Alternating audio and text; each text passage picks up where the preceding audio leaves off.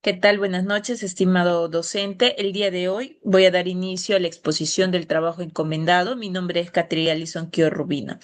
El tema que he escogido es política fiscal.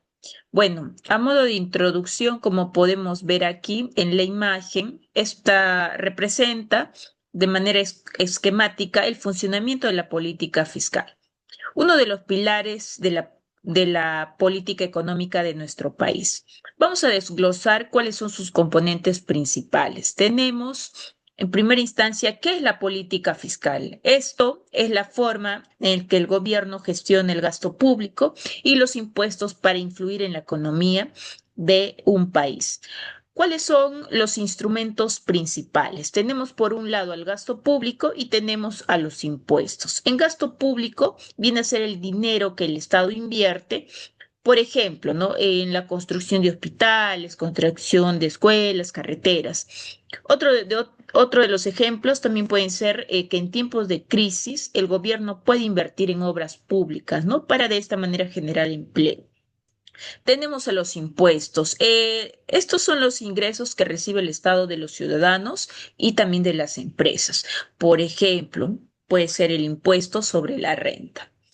Ahora, esta política tiene objetivos. ¿Cuáles son los objetivos de la política fiscal? Tenemos evitar primero la estabilidad económica, uno de los objetivos. Tenemos la redistribución del ingreso y el crecimiento económico. La estabilidad económica es evitar las crisis o altas tasas de inflación y desempleo. Por ejemplo, tenemos en una recesión, el gobierno puede reducir el impuesto para incentivar el consumo, ¿no? Y en la redistribución del ingreso es de disminuir la desigualdad social. Por ejemplo, los programas sociales financiados con impuestos progresivos como Beca 18, Pensión 65. Como objetivo de crecimiento económico, esto estimula la producción y la inversión. ¿No? Por ejemplo, tenemos los incentivos fiscales a empresas tecnológicas o a emprendedores. ¿Cuáles son los tipos de la política fiscal? Tenemos la expansiva y la contractiva. No, la expansiva aumenta el gasto público y reduce impuestos para estimular la economía. Por ejemplo, tenemos aquí que durante la pandemia COVID-19 muchos países han aplicado esta política expansiva para apoyar a la población. Como parte de la política contractiva, esto reduce el gasto público o sube los impuestos para controlar la inflación o reducir la deuda. Por ejemplo, ¿no? En una economía con una alta inflación, se recortan subsidios o se suben impuestos para enfriar o estabilizar el consumo.